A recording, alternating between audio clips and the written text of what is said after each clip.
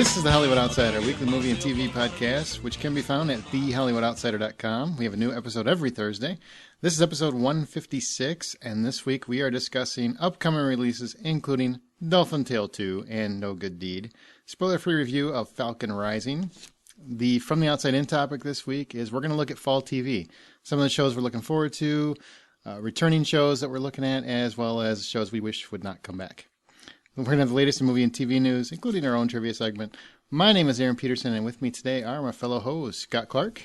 I'm sorry, I was paying attention to my Facebook page. There's this awesome game going on our group page. Yeah, it's like crack. It's like 300 posts in like an hour. Yeah, it's like crack, absolute crack. Justin McCumber. I am not on Facebook, so I am listening. Well, he's off now because I had to go over and smack him. You gave me the evil eye. Mm-hmm, the evil eye, the stink eye. And Brian Williams. Hey, you got the link for that? I want to play. The Facebook group is in the show notes. Yeah. Facebook.com Go to Facebook.com/groups/The Hollywood Outsider. There you go. When did we start that? About an hour ago, literally. Well, the game an hour ago. No, I meant the group, not the game. The group. Like a couple months ago. Way to keep up, Brian. Brian always supporting the show. I don't read the emails. Yeah, we know. We know. You don't read Facebook either, apparently. I don't. He doesn't read the format either. Is it the trailer park yet? Remember to review us on iTunes and thumbs up us on Stitcher, as well as share the episode with your friends. We appreciate it. Let's talk about Liam Neeson. Baby. What? Let's talk about you and me. Let's talk about all the good things and the bad. Sorry. Yeah. Liam Neeson has talked about how do you say it? Ra's al Ghul. I always not want to say the S. You're the comic book guy. How do I know that? I'm not the comic book guy. These two are the comic book guys. You're much more comic book guy than I am. I have a thesaurus comic book guy. You have a favorite comic book character. Scott does not. Thank you. I've read some of them. Thank you. He was backing me up. Yeah. That's how dumb you are. That doesn't make me a comic book guy. The whole point is you are more of a comic book guy than Scott is. You actually had a comic book collection. I've never read a comic book. Ever? I think I read like one of the Dark Horse Star Wars ones once, but now we know why you hate them. Mm-hmm. He's playing video games like a child. Exactly. Yes, exactly. Why don't you grow up and read comic books? Grow up. Like a man. Grow up and read comic books. Okay, Liam Neeson has said, this is more an anecdote, it's not really news, but he said in an interview that he'd be willing to do Ra's al Ghul for TV's Arrow in a heartbeat. And I want to know, I really don't think that could happen, because I'm sure that there's some reason why it couldn't happen. They can't afford him, can they? I mean, as popular as that show is, it's not making that much. I'm sure he's not cheap. He's not doing it for Skittles or anything. Skittles. Do you guys want to see this? Would you want to see him? That would be awesome, yes. Absolutely, I want to see that. Do you think he might be too heavy for a TV show? He might be too good? Maybe too distracting or something? Yeah, a little bit. Maybe. He's Liam Neeson. Yeah. Doesn't make me not want to see it. I might actually go back and start getting caught back up on Arrow if that happens. Arrow's a great show. I just never bought him as this major kind of behind the scenes type villain kind of guy that he was. He just wasn't convincing to me as the character that he's supposed to be. I don't know a whole lot about the comic book character, but from what I do know, he didn't portray him very well. And he's got that in the first one he had that cheesy little fake goatee thing that Fu Manchu-ish. Yeah, but it looked like a Van Dyke or but it looked like something. a 13. Yeah, they called it like it was like a 13-year-old that grew it or something. It just looks all wispy and. It's like what Aaron looks like when he tries to grow a mustache for real. Exactly. Oh, is it that pathetic? Yeah, it's pretty bad. Yeah. It's like, hey, you got a little schmutz on your beneath your nose there. Did you take a shower today? Yeah, everybody's. Yeah, why? Because your mouth is just dirty. What's that crap all over it? Oh, I'm trying to grow a beard. Okay. Hey, I have Back feeling. on topic. I have feeling. Continue. I like Liam Neeson a lot. We all do. I thought he did Ra's al Ghul, well for the type of character they were going for in Batman Begins. And I think it would be fun for him to be on the show. I think it would increase awareness of the show. I think it would raise its stock with a lot of people who maybe just haven't watched it yet because they think it's a silly version of the comic book and haven't given it a chance, having him in this role might cause those people to give the show another look. And if that were the case, that's all to the good. It'll be interesting. I really don't know if they could do that. Because they've said they want to keep those worlds separate, TV and film. Right. That would be quite the. That's probably why they connection. would not do it. Yeah. Yeah, I don't think it would be money. I think he would be willing to take a pay cut to redo the role. I mean, it's not like he's hurting for money. The guy's doing a movie a week, it seems. Yeah, he's okay. But wait a Yeah. minute, isn't the Flash TV show, that's not going to have anything to do with the movies, you're saying? Correct. It'll have to do with Arrow, but not with the movies. Right. It'll be in Arrow's world. It won't be in the Justice League of the film world. So if they use a Flash in the Justice League, it'll be a different completely Flash. Flash. That's what they're saying, yes. Yes. I was going to say, I think it's important to mention, we've been talking a lot about this topic, that there's no evidence of this actually happening. This is just Liam Neeson saying, I'd be willing to do it if they talk to me about it. Yeah, it's no not a one real has talked story. to him about it. Let's talk about a real story. How about The Rock confirmed he is, and we talked about this a couple weeks ago, but he finally confirmed who he's going to play, and he is going to be Black Adam in Shazam. Are you guys happy now that he's committed to playing a villain? I think it's interesting that he's going to be playing a villain. I just wish I knew who Black Adam was. I went to Wikipedia to look this character up, and I still can't tell heads or tails of who this guy is. He's Adam, and I assume he's black. I don't know. Well, first off, he ain't black. I don't know why he's called Adam. He looks like a bizarro version of Shazam. And, of course, with comic books, you're going to get a convoluted timeline for these characters because they've been around for forever.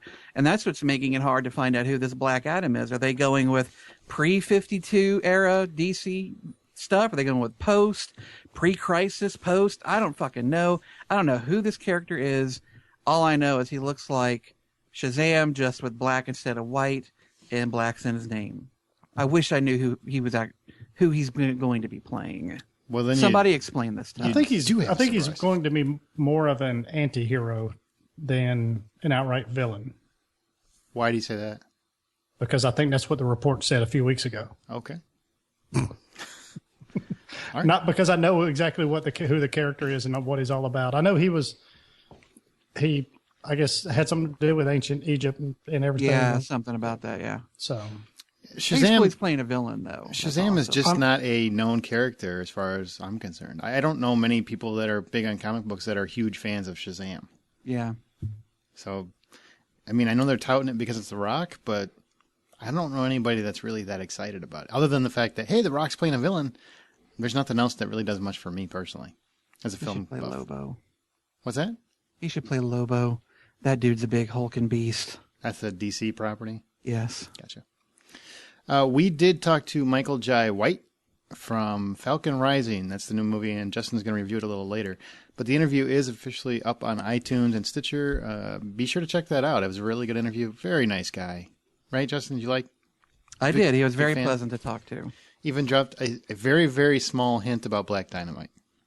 Just said, Yeah. fans of the movie should be expecting something. Or the soon. whole point was to drop that hint so they would actually go listen to it and hear it for themselves. we'll explain what a tease is later, Justin. Y'all can all bite my nuts. Can we just talk? Is everybody over this whole fappening thing? Like, is it a done thing now? I mean, have we decided that celebrities, even if they're You celebrities, worship the ground that Jennifer Lawrence walks on. I So absolutely the do. question is to you: Are you done with this thing? I am. You want me to tell you why? I will tell you why. When I 4 hours later, Because I'm spent. I am so tired. nothing left in the tank. So tired. Now, obviously, I'm a guy. I love the girl. So, of course, the first thing I did was, where's my internet connection? But after sitting on it and then seeing reports, and then you start thinking about it, and I've got a daughter and everything else, conscience starts working again, because all the blood had left. When can I expect that? to In your start? refractory period, you're like, maybe I shouldn't. Yes. For you guys personally, I mean, I know everybody had their laughs and whatnot. Do you think this is something that should be criminally prosecuted? I mean, this is really a violation of somebody's Absolutely. absolute privacy. I don't see how you could argue it wouldn't, honestly. I don't. There are people arguing it that says it's okay because it's a celebrity. They were stupid enough to take pictures of themselves. No, it's da. not. Because you have. It's not like they accidentally posted it on some message board or let some a-hole have access to one of their things. These are things that they either deleted or that other people had on their phone that they might have sent it to and then maybe broke up with later, whatever, and then they, if you've got naked pictures of somebody famous, I mean, are you really going to delete them off your phone? Well, people who think that's okay are the same people who don't mind downloading pirated movies and music because, well, it's out there. I might as well.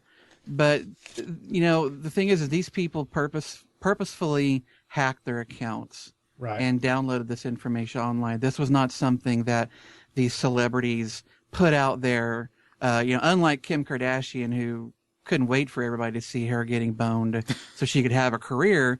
These were done against the will of the people whose pictures. And so it is a criminal offense, and they should be charged for it. I do, though, think that if you are a celebrity in these modern times, knowing is half the battle. And I think by now you should know these things might happen. So protect yourself, maybe by not taking the pictures. And here's my parting thought. I want to know what you guys think. She is young. She's 24. But she's already an Oscar-winning actress.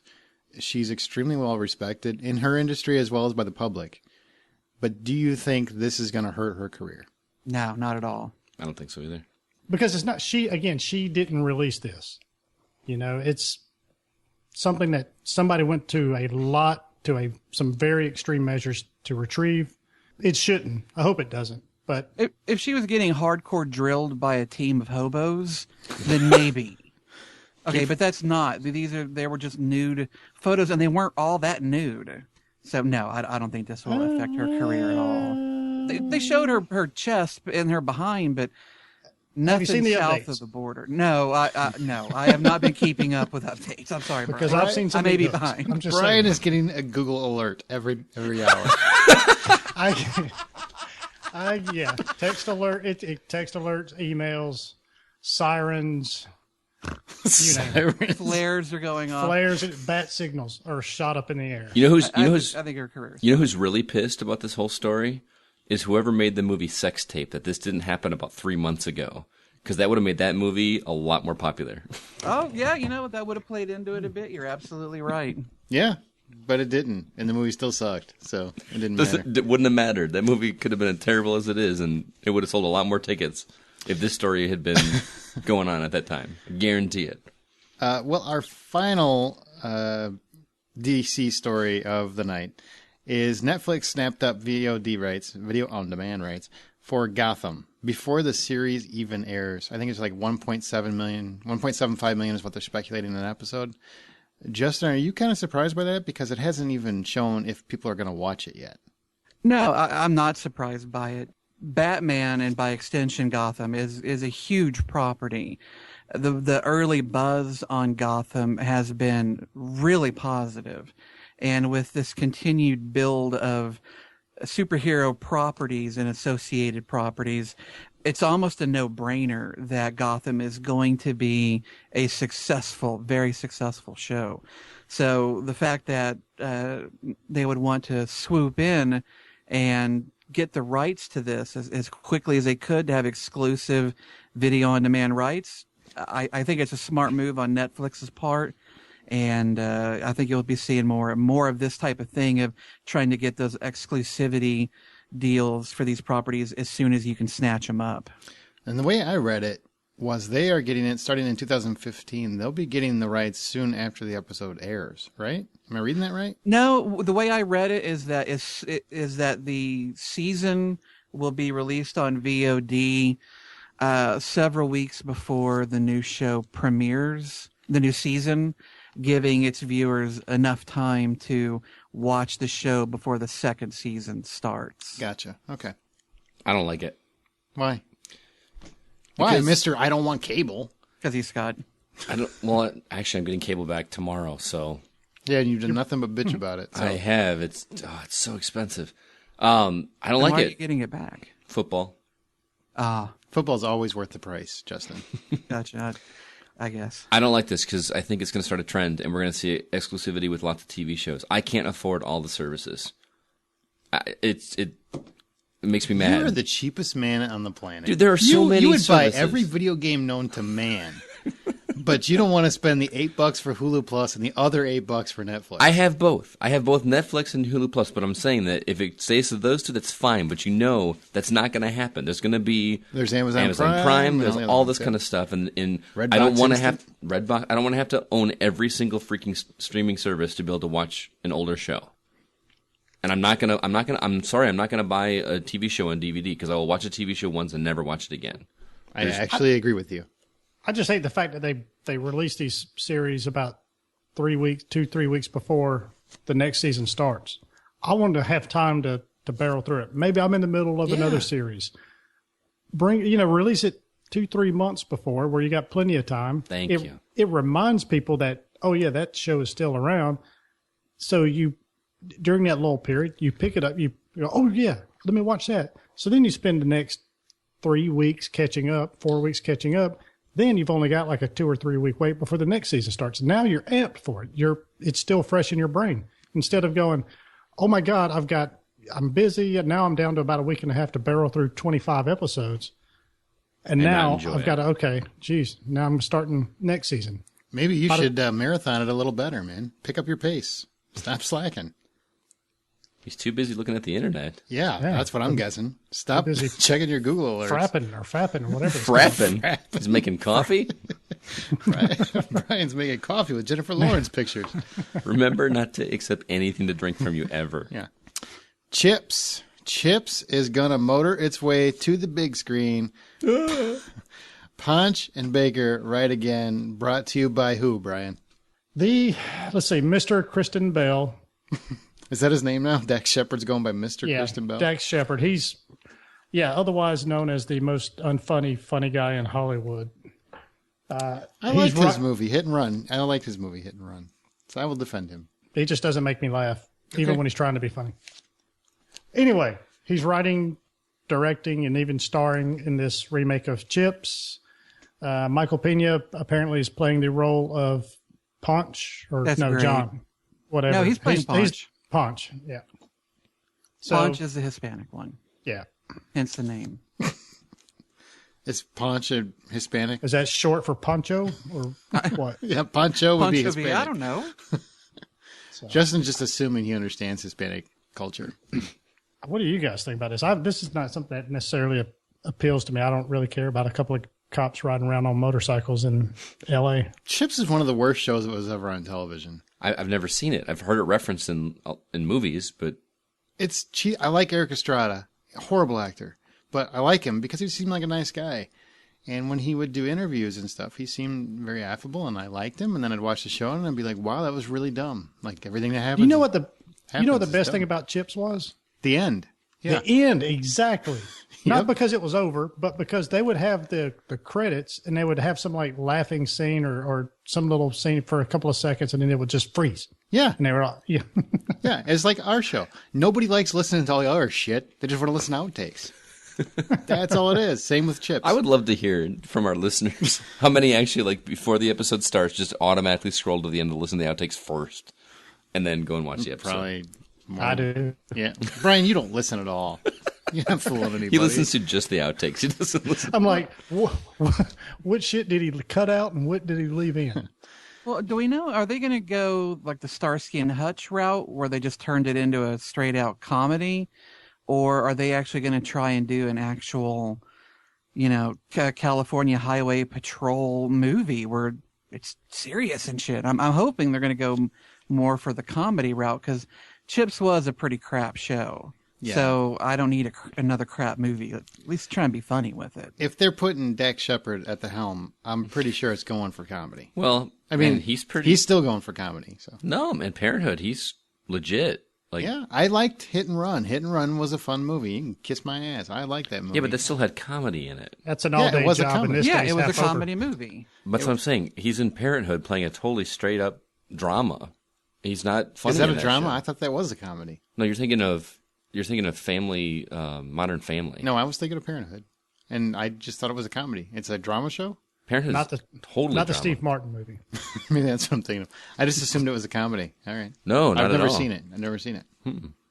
Okay. You should listen to me. I talked about They it. should make it like Bad Boys style.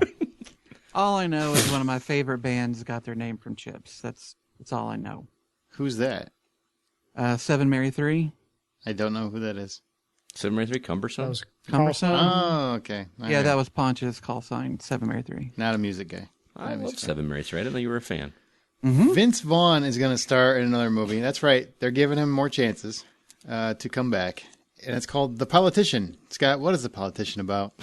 Well, they didn't give a whole lot of details about this, but I'm guessing because it's got Vince Vaughn, it's a comedy, and from the premise, it sounds like it's going to be a comedy. Basically, he's this rundown, sleazy politician that is Governor. on the run from the FBI and a bunch of drug dealers. Yeah, that's what it sounds like. And that's all the information they gave us. I'm sorry, this sounds really dumb. It just sounds. It really does sound dumb. I'm sorry. Even in a comedy, I don't buy Vince Vaughn as a politician. Are you kidding me? He's fast talking bullshit artist. I can totally buy him as a politician. I think he is a politician. As this? I'd vote for him. Run for Illinois governor. Maybe it's because I've seen him in too many other movies that, like, if I saw him, I'd be like, "There's no way." He's I too. actually thought it sounded kind of funny. Really? Yeah. I like Vince Vaughn. You know, for every internship crap, there's, a dozen other movies that he was actually genuinely funny in. So I'm willing to give him the benefit of the doubt this early on.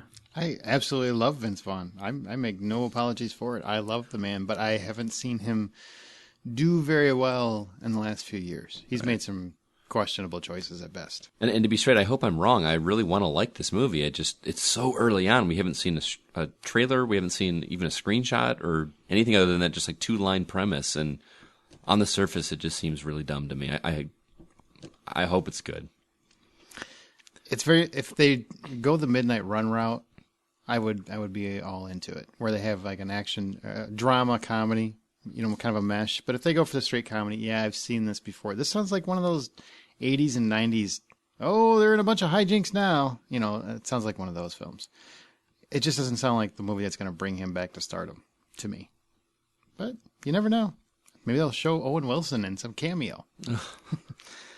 Lev Grossman's The Magicians is going to be adapted for television by Sci-Fi, and I don't know anything about this at all. Justin, what is The Magicians? Well, The Magicians is a book written by, where did his name go? I just had it. Sorry, you just said it too. Magicians is a book written by Lev Grossman. I think there's been 2 books following it.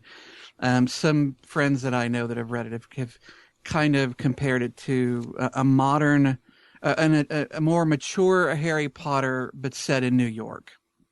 And in the synopsis they gave here in the article, it says that the Magician centers on 2 20-somethings who study magic in New York and discover that the magical fantasy world they read about as kids is real and that it poses a grave danger to humanity. I have not read the book. It's actually on my Kindle. I want to read it and will, but I haven't yet. I've heard nothing but good things about the books, so I'm hopeful.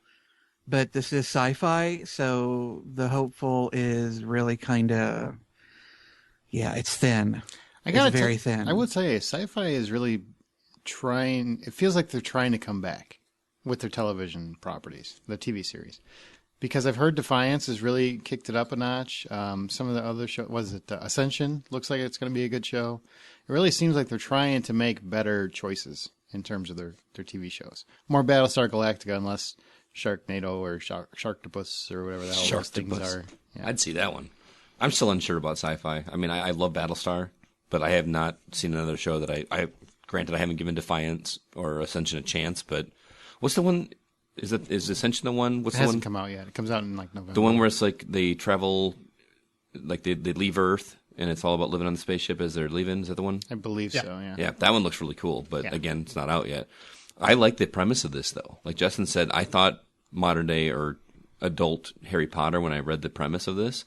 I think it sounds pretty cool. I just don't know if sci-fi is the right place for it. It seems more fantasy than sci-fi. Well, guys, don't forget to listen to our 2014 Summer Movie Ho Awards episode. I know it was a little late last week, so some of you might not have even known that it came out, but it is out. So be sure to check that out. We talk about all of our favorite things from the summer, as well as some of the things we did not like so much. It was a really fun episode, too, even though it gave me a creepy deja vu feeling. Yeah. Even though it felt like we've been there, done that 2 days in a row. Live, die, repeat, that whole thing. Exactly. Live, die, repeat. Welcome to Brian's Trailer Park. All right, well, finally there's a sequel to the surprise hit Monsters. That was about a couple traveling through Central America to try to get back into the U.S. while trying to avoid these giant monsters that were basically being contained in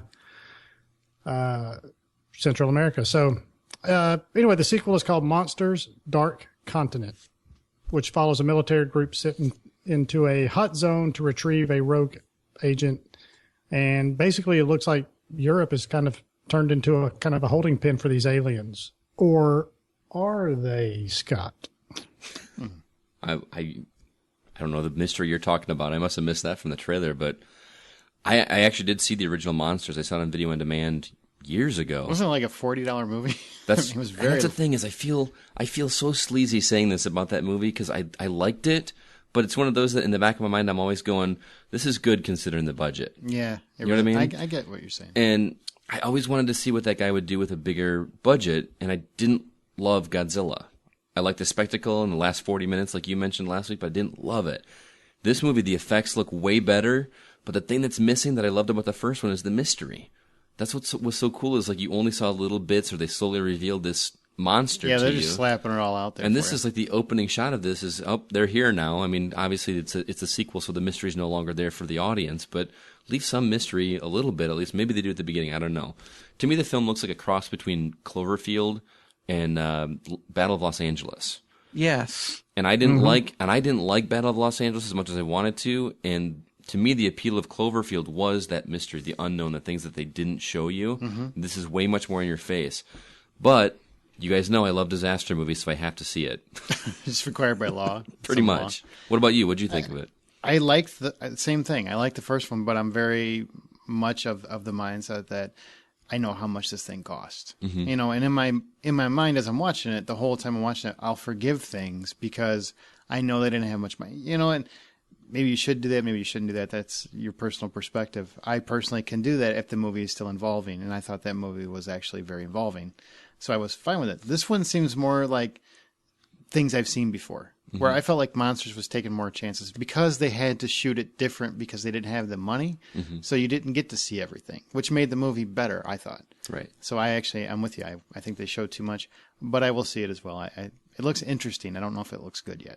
Well, next up is Jon Stewart's directorial debut. And yes, that Jon Stewart from The Daily Show. He apparently took a few months off last year to go over to Jordan to film a movie called Rosewater. And it's taken from the memoir of a London journalist who was kidnapped and held hostage for around, 118 days, if I'm not mistaken. Yeah, something like that, yeah. And just tortured, all kinds of interrogated, because basically what he did was he was covering the election that they were having, and I guess was a little bit critical of it.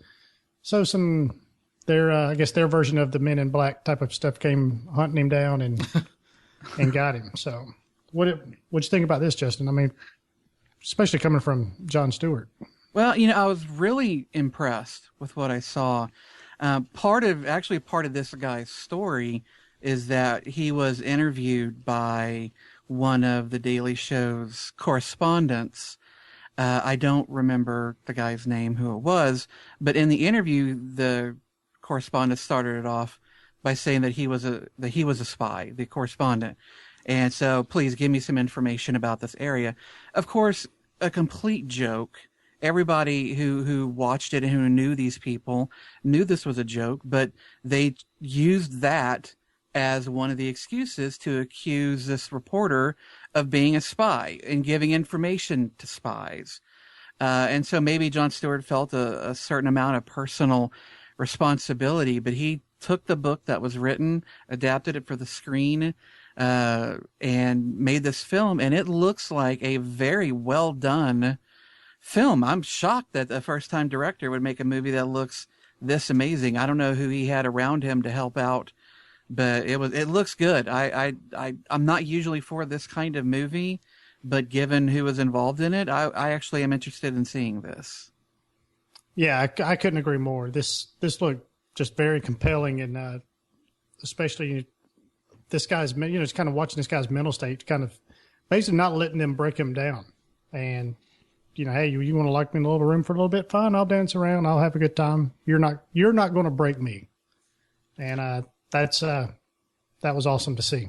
And it was Jason Jones, by the way. That was the Daily Show correspondent who interviewed him. Okay.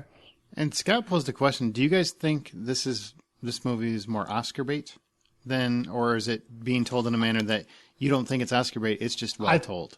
I totally think it's Oscar bait. I think subject material, the quality of it, and Jon Stewart is loved by just about everybody. Those three things combined, totally. I got to disagree. If it was anyone else doing the movie, if this was Angelina Jolie doing it, I would totally see it as kind of an Oscar bait film.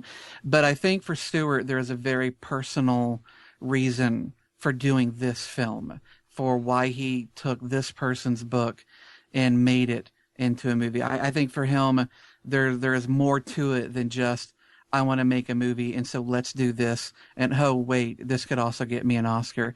I think it's too personal for it to be just that. Monsters, Dark Continent opens up later this year, November 28th. And Rosewater opens November 7th. So a couple of good movies there in November, which is not usually a whole lot going on that month. What? Are you kidding me? November, December, hopping.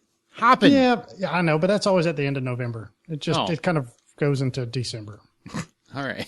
Y'all can watch these trailers and those from recent episodes at thehollywoodoutsider.com. If you got anything you want to tell us, you can reach us at Twitter at @H_outsider.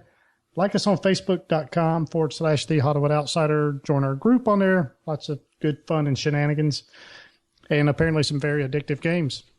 So email us at feedback@thehollywoodoutsider.com.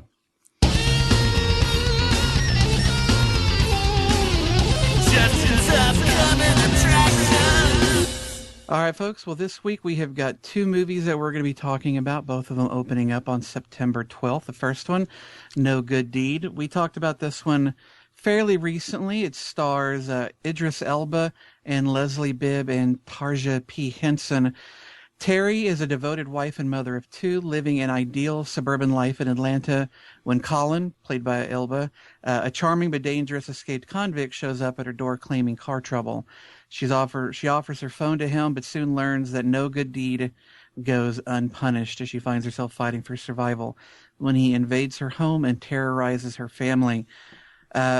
Brian, Idris Elba is an actor that I like quite a bit. I think all of us here like him. Mm-hmm. But in this one, he's playing, it looks like a very bad man. How you feel about that? Kind of like it. It shows his range. I mean, he was really good in the show Luther on BBC America. Oh, I love Luther. Yeah, good show.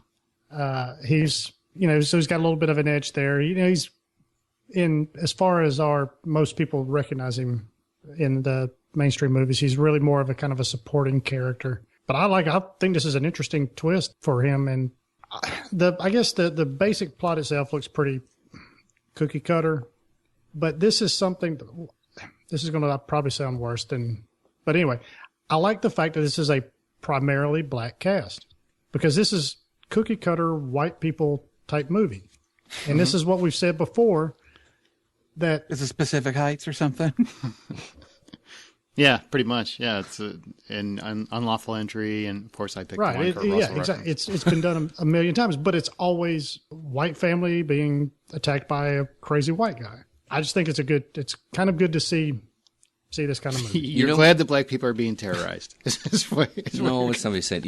I'm gonna back you up, Brian, because I'm being totally sincere here. I never even considered that possibility or that concept until he just now said it. I've mentioned before on the shows that I get annoyed when we see an all African American cast, and it's just like thrown in your face that this is an all African American cast. I didn't even pay attention to that when I saw this. All I saw was a trailer that, to me, the best word I can use to describe this trailer is edgy. It looked absolutely edgy to me. Idris Elba looks like a Banff in this, and I cannot wait to see this. He looks so badass. Idris Elba would look like a Banff in an Old Spice commercial. Probably. I'm just saying. He's just... Look at me. Look at... Exactly. He's just that The guy. tickets are now diamonds.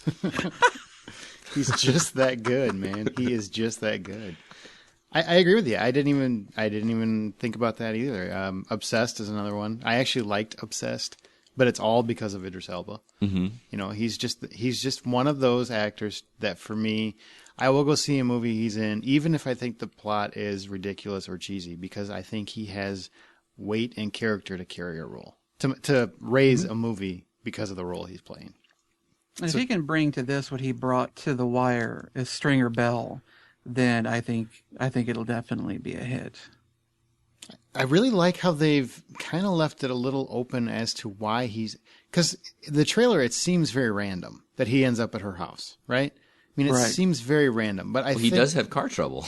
He does, but I have to think there's more to it than just Right. that. I have to think that the trailer is being not giving something away. And which to me, that's what makes a good trailer. I really hope, unless we're wrong and it's really just car trouble, in which case that's not as cool.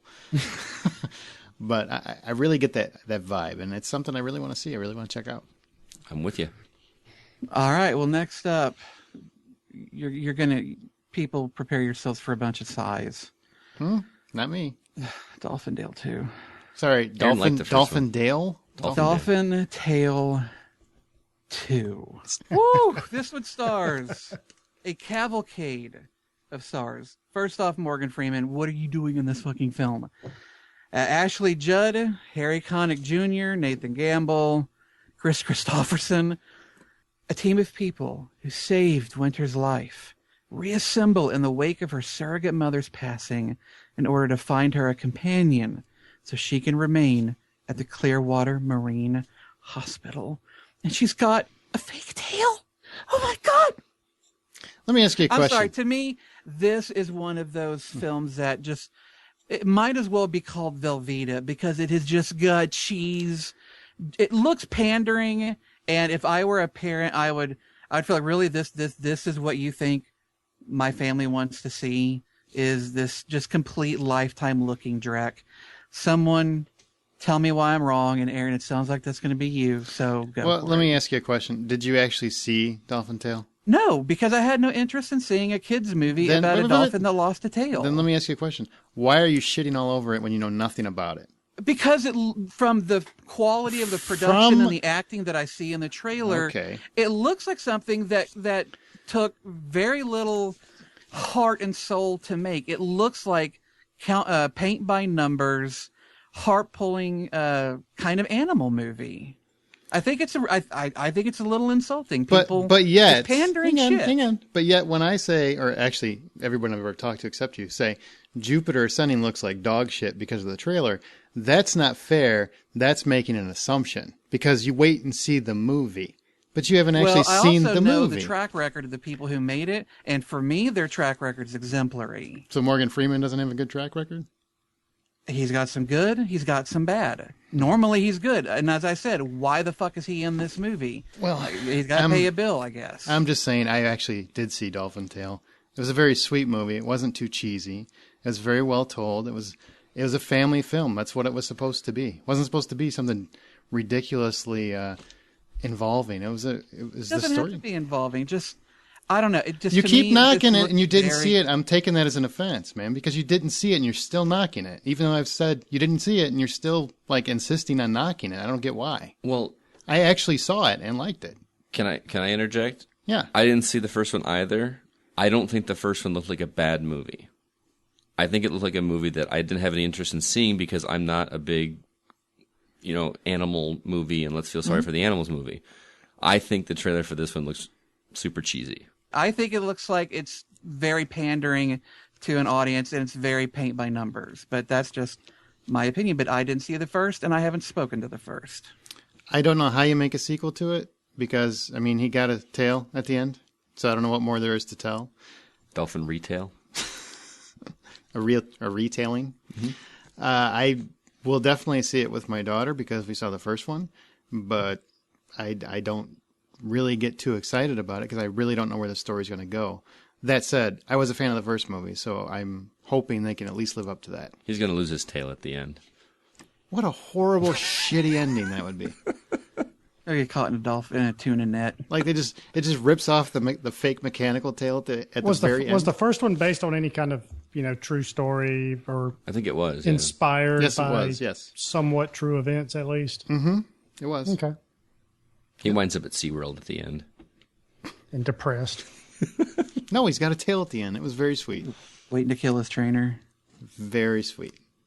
Poor I'm glad. And hey, if you enjoyed the first one, you want to see this one, that's great. I'm just telling you, that was my opinion. Based on the trailer, it just looked cheesy. And thank you, Scott, for at least backing that part up. Between you just have no soul. Let's just get down to it. You've got no soul at all. The day Aaron has more soul and heart than I do, I should just be put away. I think I have quite a bit more heart than you do, but that's okay. We can debate that all day. We can debate it. I got more soul than both of you. You do. You really do. You got Jesus. Exactly. Yeah. I got James Brown kind of soul. Got to try your little tenderness. That's commitments which I'd rather watch. Why did he just karaoke? Karaoke. I know. You did not. I corrected myself. myself. It does not stand if I correct myself immediately. Is there a number of seconds rule before it doesn't stand? It's Aaron time. It's like bullet time, but dumber. That's true. It's like Men in Black time. All right, folks. 2 films, September 12th, No Good Deed, Dolphin's Tale. Which one are you heading out to a theater to see? Brian? Just to piss you off, Dolphin Tale. Fantastic. Scotty? No Good Deed. Aaron? Dolphin Tale 2. I'm going to go see Good Deed. There we go. I'm going to have a Dolphin Tale marathon. 2 movies. Oh, he's going to watch them repeatedly on a loop. Yep. Extended edition. Then you'll watch Free Willy just because it's Yep. Hey, killer whales Free are actually Willy dolphins. is a great movie. Free Willy is great. You can't knock Free Willy ever. The one with the Michael Jackson song. Exactly. Going over. Exactly. It got a whale to jump over a dude. I don't know if that's possible, but it looked fantastic. And it had Michael Madsen in it. How do you Killer go wrong? whales are actually dolphins. They're not whales. Do you know the whole time? Who nobody gives a shit. The whole time I was watching that Did movie. you see Planet of the Monkeys? Ignorant fox. The whole time I watched that movie, I kept waiting for Michael Madsen to kill somebody. Just waiting. What, cut off one of its flippers? We Something. deserve what that dolphin's going to do to us. Like they just start playing the song and dun dun dun dun dun. Dun. He just walks up to Willie. Back in the middle with you.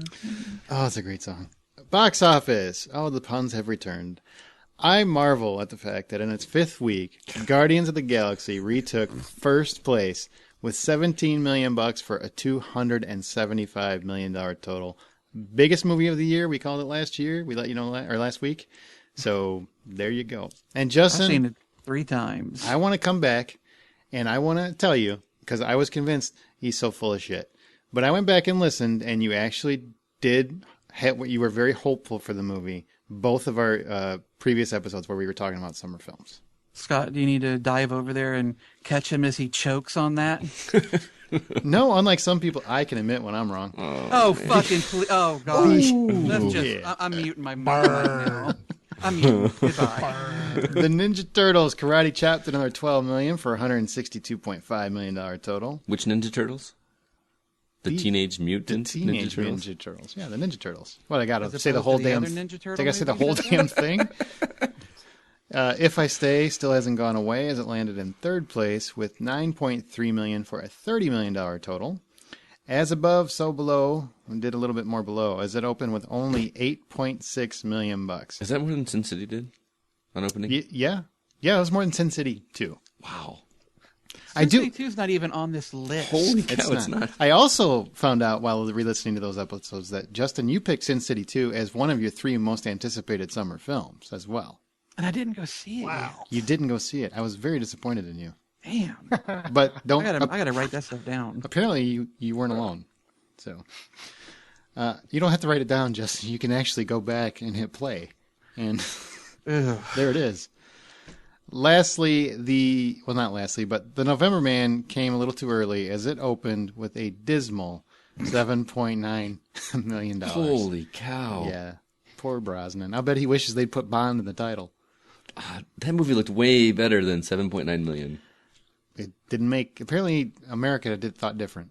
It'll probably do really well in rentals. Yep. It's just one of those movies I think most people are content to wait for. They'll probably still release it in October. for DVD or December or something. They'll The miss Last Month window. Man. Yep. They're going to rush it into DVD so it can be out in November. Exactly. That would probably be a good call, actually. There's a Hispanic film called Cantinflas. I said Chinese. Cantinflas. Cantinflas, which opened at 2.6 million on less than 400 theaters. I make no puns on Hispanic movies because I have Hispanic in-laws and they will cut you. So You have a Hispanic family. So. Yep, they cut you. They will cut you like a fish. What's this movie? What's this movie? Each week we play ours or a listener suggested clip from a movie. And if you think, I can't believe I said that in Chinese. If you think you know what the clip is, email us at feedback@thehollywoodoutsiders.com. And next week we'll give you a proper host shout out. Last week's answer was Justin's, and it was Eurotrip. With the best song ever in that movie, by the way. It really was. And you know what? Vanderklamps. Scotty just doesn't know. He doesn't Scotty know. doesn't know. I do want to tell you a story. Scott, at his wedding, I actually asked him several times if he would play Scotty Doesn't Know. Did I say no? Repeatedly. Really? Steph wouldn't be cool with that. Steph wouldn't be cool with that. I'm like, but it's so funny. Steph wouldn't be cool with it. Dude, yeah, I don't know if that would have gone over really well at a I wedding. don't know if you want your grandma maybe listening to the lyrics and going, Scotty doesn't know that I'm doing her in the driveway. Yeah, I thought it would be funny. And I was going to ask Steph to dance and everything. Start grinding on her. Those that got it correct, Joe Montemurro. I'm sorry, Joe. John Davenport and Amy Hutchinson. Fantastic. Jimmy job. Hutchinson. I will say every name in Chinese now. And this week it is Scott's turn. So here we go. Here's your clip for Scott Clark. I'm sorry, Chinese listeners. Oh my Yeah, we are getting racist. This bitch. Pride! Pride! Right. Power! Power! And I see a badass mother who don't take no crap off of nobody. Again! I see pride. Can't hear you. I see power. I see a badass mother who won't take no crap off of nobody. Once again! I see pride. Junior! I see power. I see a badass mother who won't take no crap off of nobody. That's right! Right! Junior Bevel. Wait, what are you doing? All right. Now, if you know what that clip is, we sure don't. So I hope you guys guess it. Send that in. Now let's go to reviews where we review any new releases. Justin, you just saw Michael Jai White, who we just interviewed, his new film, Falcon Rising. What is Falcon Rising about? Well, Falcon Rising is an action movie that's directed by Ernie Barbaresh, and it co-stars Neil McDonough. How do you say his name? McDonough? McDonough, yeah. McDonough, yeah. Lila Ali. And yeah, that's about the last of the names I recognize. It's in the film, Michael Jai White plays John Falcon Chapman, Falcon being his nickname from when he was in the Marines. Has to go to Brazil because his sister, while they're doing humanitarian work, was viciously attacked, left for dead. And so he has to go to Sao Paulo, Brazil, so that he can kick some fools' asses for fucking with his family. It's really I wrote a review for it. It's on the website if you want to see that. It's a movie that plays very much like an 80s action film, in that there's no wire work, there's no CG stuff. Yeah, he's there to kick ass, and he kicks a lot of ass. No stunt, car chases. It's direct. The reason you watch this film is to watch him fight other people. And for that, and in that, it is very well done. The dude is huge, and he is fast. It's so fast, it's incredible that a guy that muscle bound can move it that quickly. But he does, and it's really impressive to watch him do what he does. The acting, it's there. Nobody's winning any Oscars, but the locations are really pretty. It was all done down in South America. looks great, sounds great. The fights are what you're there to watch, and all those fights are good. It doesn't overstay its welcome, so it's not too long. I gave it a 7 out of 10, but with that understanding that this is a 80s type action film. If you like those sorts of films, and if you like Michael Jai White, I really recommend you see this because he is in top form in this movie, and I enjoyed it quite a bit. They're hoping to turn this into a franchise, so we'll see if that happens. I would really like to see more. I really would. He's such a good fighter. Such a good fighter. He's amazing to watch. He is. I think he could beat the shit out of like Wesley Snipes. Oh, I think Wesley Snipes would be just going back to his trailer crying. You can have Blade. I don't want it anymore. And he should be Blade. Bitch. He should be Blade. I think What that about voice Black saying, Panther? what's that? What about Black Panther? Hell yeah. Oh, Black Panther. Do it. Oh, crap. We said we wouldn't talk about comic books anymore. Brian, you fucked everything up again. Once again.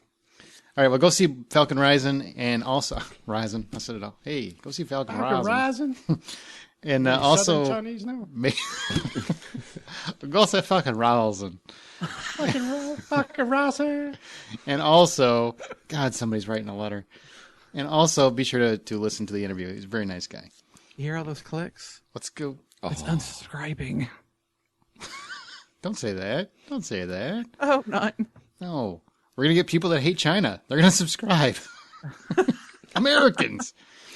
All right, let's go to Blu-ray and VOD. All right, we're looking at releases on September 9th. We've got 3 on disc and 1 on video on demand. First up is Captain America: The Winter Soldier. If you don't know the premise of this movie, you must not have listened to this podcast Turn this off. in the past few months. We did talk about it over on episode 137, where Brian gave it an 8.50, Aaron gave it an 8.50, and Justin gave it a perfect $10 out of $10. I've watched it twice since I got on VOD. It is still awesome as shit. Yeah, that's one I would like to watch again on a home theater. Second up, we got a movie called Brick Mansions. Way to sell it. That's one I'd like to watch again. Yeah, I'd like to watch it sometime on my home theater. Yeah. Brick Mansions. This is actually starring Paul Walker. Is this his last one? It's not his last one, but it's one of his last ones. Okay. An undercover Detroit cop navigates a dangerous neighborhood that's surrounded by a containment wall with the help of an ex-con in order to bring down a crime lord and his plot to devastate the entire city. Super original. It's sad because you want to make fun of it, but you can't. I know. There's a time limit, and I don't know what that is. When the fuck have you ever cared about making fun of somebody dead? I like Paul Walker. I mean, you're making Robin Williams jokes the day he died. I did not. I didn't make Robin Williams jokes. I make other people. Richard Attenborough jokes. Yeah, That's right. Richard Attenborough. I made a Richard Attenborough. Yeah, I guess life didn't Attenborough? find a way too soon. Seriously, life did not find a way.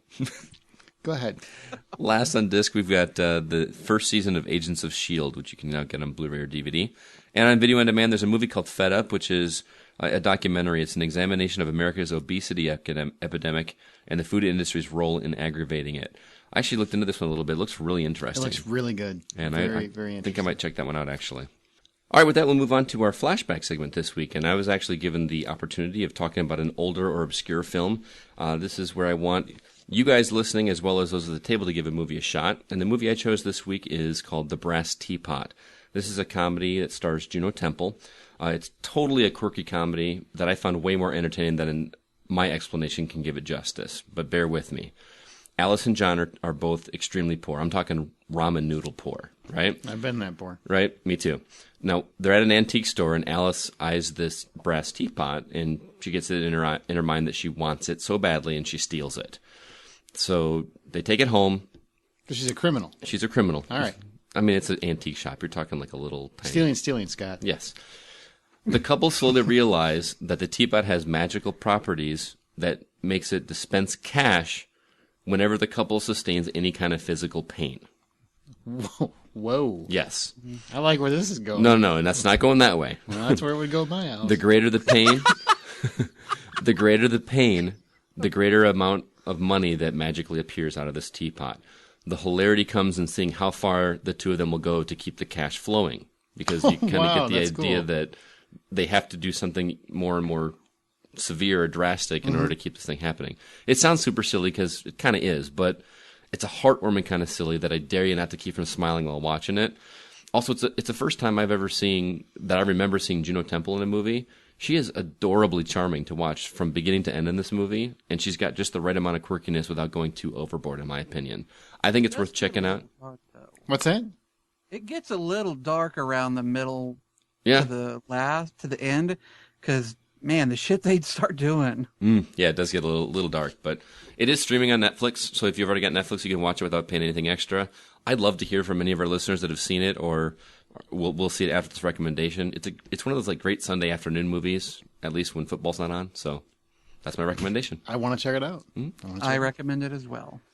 Well, now it's definitely a must-see. If Justin's approving it. As long as it's not heartwarming. Screw Yeah, you. God forbid it's got a fucking dolphin in it. Exactly. Luckily, no dolphins in sight. Well, maybe if they go punish it, maybe if they cut the dolphin's tail off to get more cash out of this thing, then Justin will be That out. would have been awesome. Let's go to our From the Outside In topic, where this week we're talking about fall TV. Now, some people have said, you don't talk about TV enough. You're a film and TV podcast. So we're trying to get more TV topics, and every year we talk about the fall television. But I got to tell you, it is not the same as it was even when we started the show. TV is just not the same. I think when we even started the show... It's color now. Yeah, exactly. I don't have to get up and turn that dial. It's amazing. I remember when I had the remote with a cord attached to it. Remember that? Get out of Yes. town. Yes. Oh, man, long time ago, yeah. Is that when they called them clickers? They called Because them... they did click. They did click. Well, TV used to be where the fall season would show up and only the networks would have new TV shows. Then cable started having stuff. Now we have stuff year-round.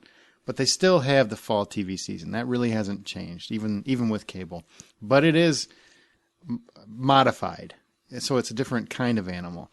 So for you, Justin, do you think, you could start us off, do you think fall TV is exciting as it used to be, especially with all the options on cable throughout the year? No, it did used to be something special. I remember being a kid, and my grandmother had a subscription to the TV Guide. And so every time the fall season would come around, I couldn't wait to get that TV Guide and see what the new shows were, because that was when everything new came out. The summer was just a frickin' drought of repeats and crap that they wouldn't have thrown up during the regular season. So it was really just, you couldn't wait for the new stuff. Now, between the online streaming services introducing things at different times of the year and mid-season replacement shows, they're constantly introducing new shows. So there's not that feel of how it used to be. But like you said, it is still the big premiere season. So it's kind of got a little of it, but not nearly what it used to be. It's not nearly as glorious. I don't have a whole lot to base it on. I never really paid attention to the seasons of TV growing up or even before doing this podcast. You were in a closet. Mm-hmm. Yeah, that too. But I don't have any basis for it. I mean, to me, it wasn't.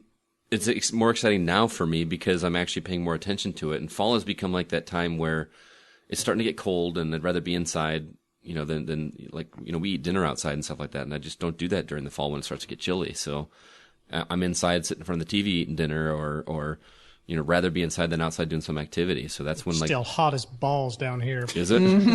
Yeah. That's why you guys are inside, air conditioning. Yeah, right. Do you guys think that cable TV has taken the shine off of fall TV from the networks? And in terms of people just don't care anymore because they're more interested in what cable has to offer than what networks are throwing out. Well, I mean, you've got now we've got so many different channels, and of course we didn't 20 years ago, 30 years ago. It's just we're getting more and more channels, and if you wait till September, October to release new shows, it's just not going to work. I mean, you got too many people it's like trying to get like 4 people to walk through one little door at the same time. Somebody ain't going through. So somebody's not going to be watching their shows. What do? You find another slot at another time during the year. It's one of those things I still look at fall as being kind of the starting point for a season. I'm doing the rabbit ears that nobody can see right now, but I still look at that as kind of being the kickoff point for a new season or the beginning of a show. But there's just too many cable shows, and now we've got these online services that are creating their new shows. There's just too much out there. It's just going to be blurred at this point if it's not already. It's hard because I could tell you 5 years ago, a couple of years ago, if you asked people what shows are you looking forward to in the fall, almost everybody I knew could answer at least a couple. Mm-hmm. Now nobody seems to know. They'll mention the returning one, like Walking Dead, Sons of Anarchy, stuff they know. But new shows, they hardly know. I don't know anybody that I've asked that really had a couple shows right off the top of their head without having to go look it up. Mm-hmm. And I think that is a reflection of people don't watch commercials anymore. And people basically just watch the shows that they know, and they know when they're going to be on. I think it's really hard for a new show to break out anymore. Well, and to Brian's point, shows are coming out, it seems like, all the time.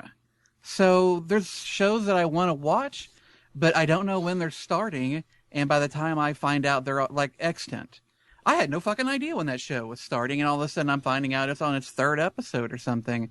At least when it used to be just the networks and just fall, you had a very narrow range of channels and time that these shows are going to be starting.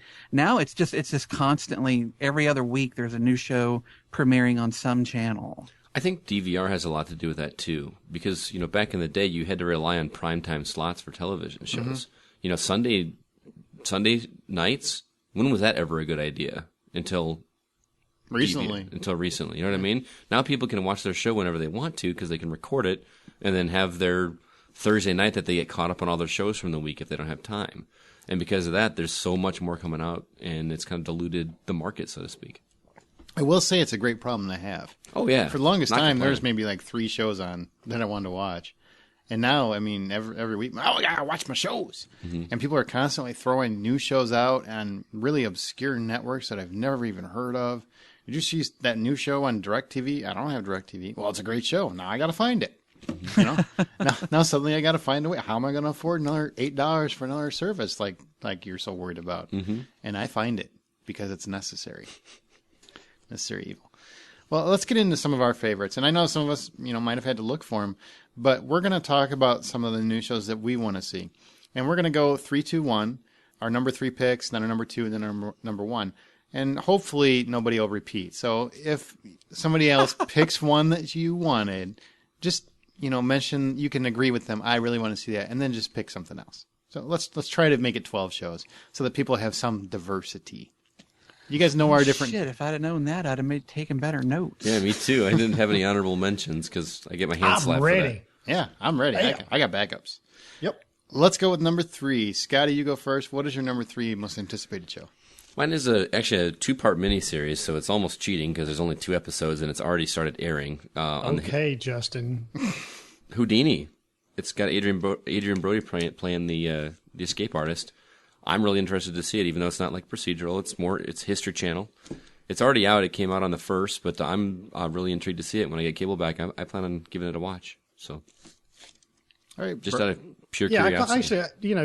I actually caught a few minutes of it. It was on last night or the night before, something like that, and I actually caught a couple of minutes of it. It looks like it's well made, much like the Hatfield and McCoys. I mean, it's a quality piece. I haven't sat down and watched it, but I'll definitely probably set the DVR, record it, and watch it at a later date.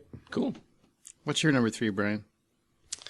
My number 3 is going to be something that has been just, I guess I'm finally brainwashed after all the advertisements for it. Mm-hmm. And it's called Scorpion on CBS. What is the appeal of this show? Because tell me what it's about. Honestly, I hear a lot of people talking about it because of the trailer. It's a bunch of nerds that are basically being brought together by some government agent, and they solve world problems. And apparently, it's actually based on the experiences of a legitimate genius called Walter O'Brien. So there is some truth to it. And I've heard this reference like 3 different times. They're calling it like the Justice League. If instead of superpowers, they got super smarts, and it's also got a Big Bang Theory-esque type of twist. So I don't know. I've seen it. They're if you watch anything at all on CBS, you have just been bombarded with advertisements for this. So they're really hyping this thing. They've got some there is some positive buzz about it. So I'll give it a shot. I'm with you, actually. You guys know I'm a big fan of The Big Bang Theory, but I see the parallels with this, but I also see how it's quite a bit different from The Big Bang Theory, because The Big Bang Theory is focusing solely on the quirkiness of those characters and because how they are socially awkward and this kind of thing. This, you got a little bit of that, but this is more like, hey, it's a bunch of nerds doing something really awesome, really good, and it's kind of straying a little away from the stereotypes. I'm on board. I can't wait to see it. When does that come out, Brian? That actually comes out September 22nd. All right. My number 3 is Madam Secretary. It is Tia Leone, stars as a retired CIA analyst who's brought in to replace the Secretary of State when he inexplicably dies. And she's brought in by the president himself. And, of course, it's the whole meshing with current administration and trying to handle foreign affairs and dealing with the stresses that come with that job. It also stars Keith Carradine, Tim Daly, and Bebe Neuwirth, who was on Cheers. If you ever watched Cheers, she's a fantastic actress. Mm-hmm. It comes out on September 18th. It is on CBS, which does make me leery because it's CBS. But I love political shows. I'm a big fan of anything that tries to tackle politics and does it in a realistic or interesting way. And it seems like it's going for that. There was a Gina Davis show a couple years back, Commander-in-Chief, I think it was called, which started off really good, and then it got really soap opera-y. So I'm hoping this avoids that pitfall and stays along the course of politics and what's going on in the country today. I would love to see a show that tackles that with integrity and respect. So that's why I want to see it. Justin? You guys know I'm not a big comedy fan. Most of the shows I watch are scripted not procedurals, but serial episodic shows. But there is one comedy coming out that I am really interested in seeing, and it's called Selfie. It's on ABC, and it's going to be starting on September 30th. And I'm interested primarily because of the two leads in it. Karen Gillan, or the Gillan from Doctor Who, and it's also got John Cho, who we used to call Stretchy Neck McGee over on Sleepy Hollow. Sleepy Hollow. But the premise for it is that Karen Gillan drops her adorable Scottish accent to star in this modern spin on Pygmalion that takes place in today's social media-driven world. Gillan's Eliza Dooley is obsessed with becoming internet famous, but her constant Instagramming and Facebooking has left her devoid of any real friends, not to mention the social skills required to make any. Desperate to make a fix, she hires marketer Henry Higginbottom, played by John Cho, to help her rebuild her image and put down her damn phone for once. It sounds cute. I love those two actors. After talking with you guys, I need a little laugh, so. Oh, wow. I'll pick a comedy. Ouch. Right? Ouch. Ouch. It's like a burn on the end. All right. Number 2, Scott. What's your number 2? Mine's a little show on NBC called A to Z. It's a half comedy, half love story, really.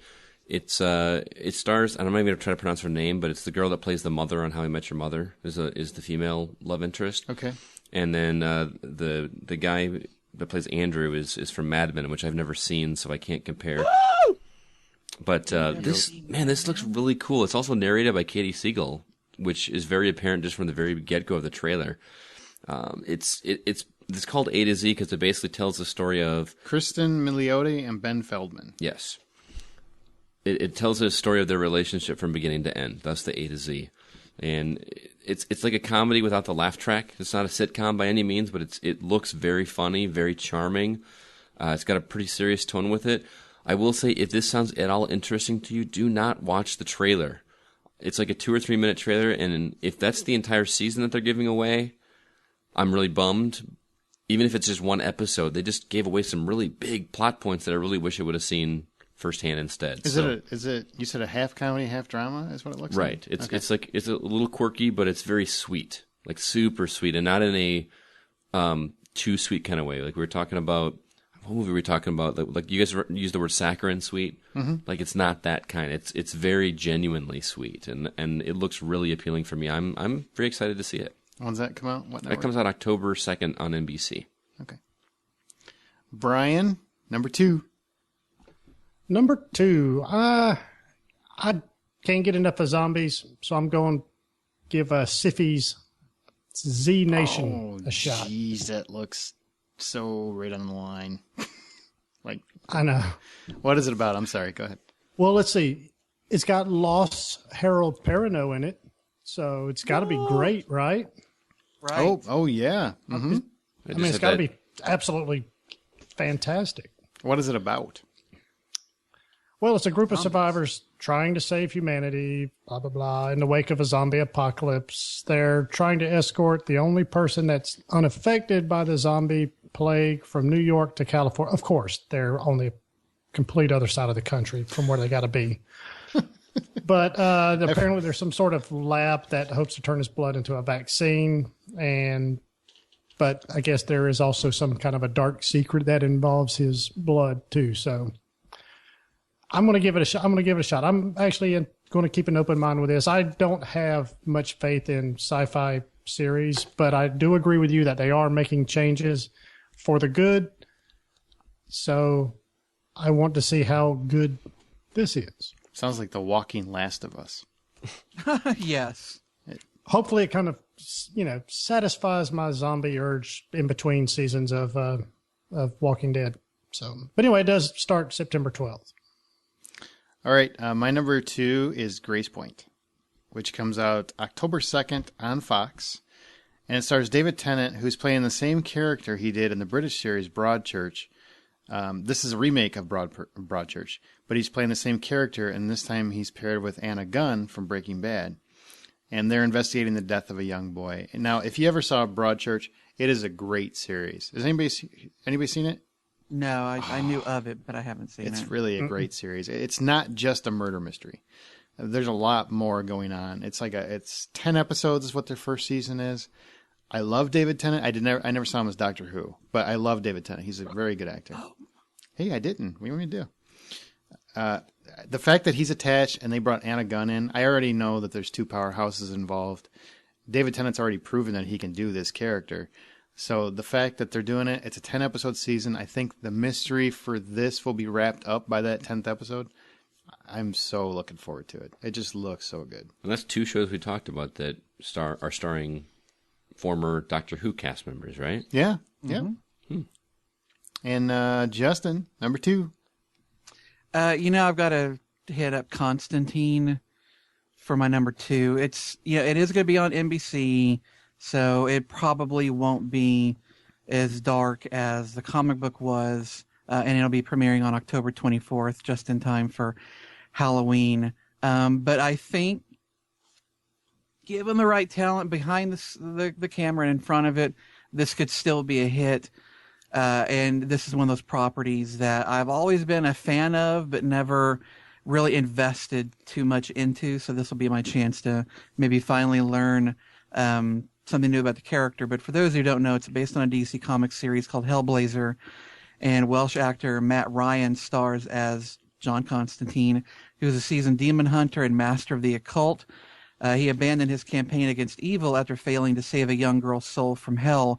However, he's pulled back into the fight when the balance between good and evil somehow winds up on the line, and an angel named Manny, played by Lost's Harold Perrineau, what tells him to man up and get his act together. True Detective's Charles Halford also stars. Can't wait to see it. I saw the pilot, and it's very well done. So it's something to look up to. Look up to? Yeah, look up to. Look forward to. Like a big brother? Yep. Constantine is somebody you want to definitely look up to. Scott, what's your number 1? Well, calling out my number 1's not fair because my actual number 1 was taken, so I had to scramble to come up with another one really quick. But I came across this show while prepping for tonight's episode that kind of intrigued me, and I don't want to give off the bad impression for being excited. What was your number about 1 this. that was taken? I'm curious. Scorpion. Scorpion was my number 1. Oh, okay. Oh. There's this Showtime show called The Affair that's coming out that I think looks really interesting. It's a Showtime show, premieres on October 12th. And it's basically telling about two different stories of infidelity, but they're told from two different perspectives, one from the man's perspective and one from the woman's perspective in each different relationship. And of the couple, or no, like two different couples. So in okay. one story, it's the guy of the story of the guy that's cheating on his wife, and in the other story, it's the story of the woman that's cheating on her husband. Gotcha. Men don't cheat. This is already BS. Okay. So this sounds interesting. So it's going to go back and forth and just kind of see how it affects those relationships, obviously. And there's most of the actors I don't recognize, but I know Joshua Jackson's in it. He's actually one of the ones that is being cheated on by his wife. So what? They're cheating on the guy from Dawson's Creek? Yeah. I don't want to wait. Or from Fringe. Fringe. Yeah, whatever that show was. So I don't want to give the wrong impression for being excited about the show. Every woman's like, well, of course you want to watch it because you're a dude. Yeah, I'm looking for tips. You're a cheater. Yeah. So, but it sounds intriguing. I think it looks really interesting. So, and it being on Showtime, they're not going to hold anything back probably. So I saw the trailer. It does look interesting. Mm-hmm. Don't they have a show like this on USA already? Like Satisfaction or something, where it's similar plot, where they have a couple cheating spouses and whatnot? I'm not familiar. That's USA, and nobody's familiar.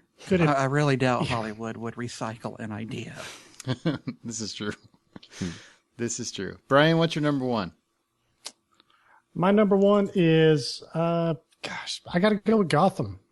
I just kind of like this expansion of the Batman universe, so to speak. And we see Jim Gordon, we always see him as the old grizzled guy with the big white mustache and the big old glasses. It's kind of nice to see a little bit about him. And, of course, they're going to work in younger versions of some of the people that grow up to be the villains, such as the Penguin, the Riddler, Catwoman, Poison Ivy, stuff like that. The trailers have been the commercials have been pretty teasery. Mm-hmm. They'll show fast scenes, but then it's loaded with little Easter eggs. So it's been pretty neat. Donald Logue is in it. He's veteran TV and movie guy, that redheaded guy that you see quite a bit. He was recently in Sons of Anarchy and even Vikings. Ben McKenzie stars as Commissioner Gordon. I've seen him in a couple episodes of Southland. I didn't watch the OC, so I don't really know him from that. But very intense actor. He reminds me of a young Russell Crowe. Yeah, I can see that. But yeah, I'm looking forward to it. It looks like they're taking it serious, and they're actually trying to do something with quality. So looking forward to it. I hope Fox September 22nd. Sorry. Okay, on Fox. I'm really hoping they don't cancel it 4 episodes in and give that show a chance to play. Because it seems like it's going to be one of those that has to find its footing. Right. Hopefully they've done enough marketing for it, leading up to it. So hopefully it's drawing a little bit of, anticipation. My number one is Blackish. It comes out on September 24th, and it stars Anthony Anderson. And I'm not big on comedies, especially, half hour, your typical comedies that are on TV. I like Modern Family because it's unique. It tries to take a real approach to telling suburban lifestyles. That kind of comedy I liked. I like Big Bang Theory when it first started, especially because, it was a little bit more cutting edge and a little bit more of intelligent humor versus just fart jokes and that sort of thing. Blackish is, Anthony Anderson is the guy who I find funny, but I've never seen him really as a leading man type.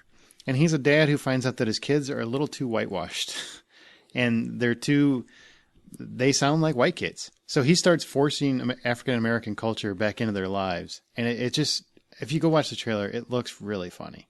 And we haven't had a show that that had biting humor in a long time. So I'm willing to give anything a chance if it's going to take a stab at being a little bit irreverent.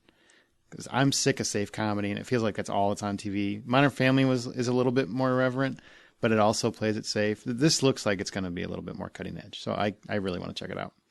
ABC on September 24th.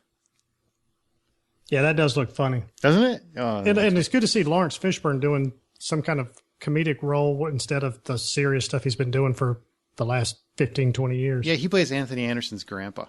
Or dad, his dad. Anthony Anderson's hysterical. He is.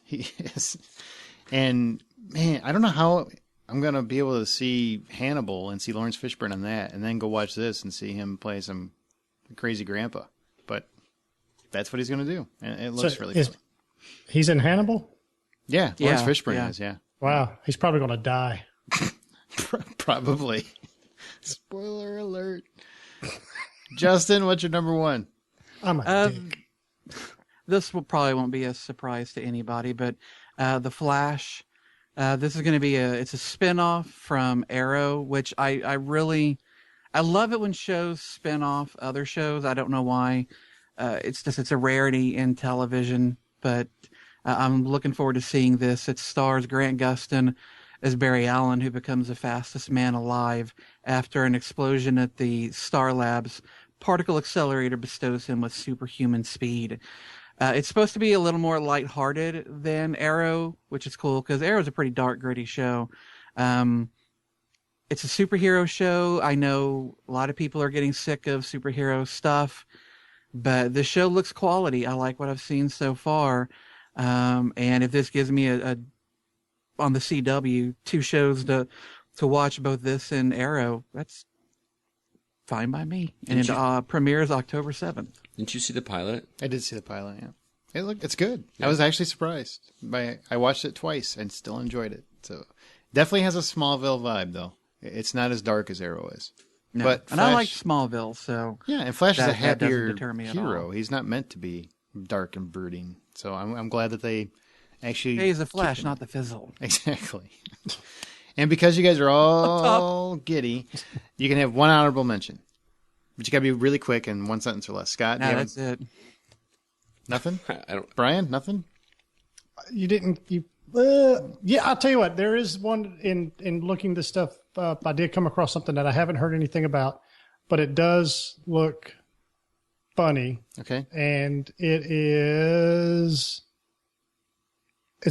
on Adult Swim. It's called Tim and Eric's Bedtime Stories. Okay. They're calling it's like Twilight Zone, but on shrooms. Wow. Bedtime stories will tell 15-minute tales of weirdness as only Tim and Eric can. All right. I really want to see Stalker as well. October 1st on CBS. I love how we can have honorable mentions when Aaron needs one. Maggie Q. Yeah.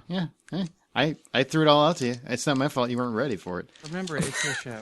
Maggie Q and Dylan McDermott are part of a task force trying to take care of stalkers. It's really like a SVU kind of show, but I like those. Those are fun to watch.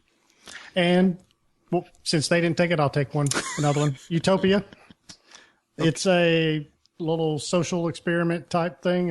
They put about 15, 16 people out in this little area where they, of course, they're all come from different backgrounds, and they live together for a year and see how they evolve. Is this a reality show?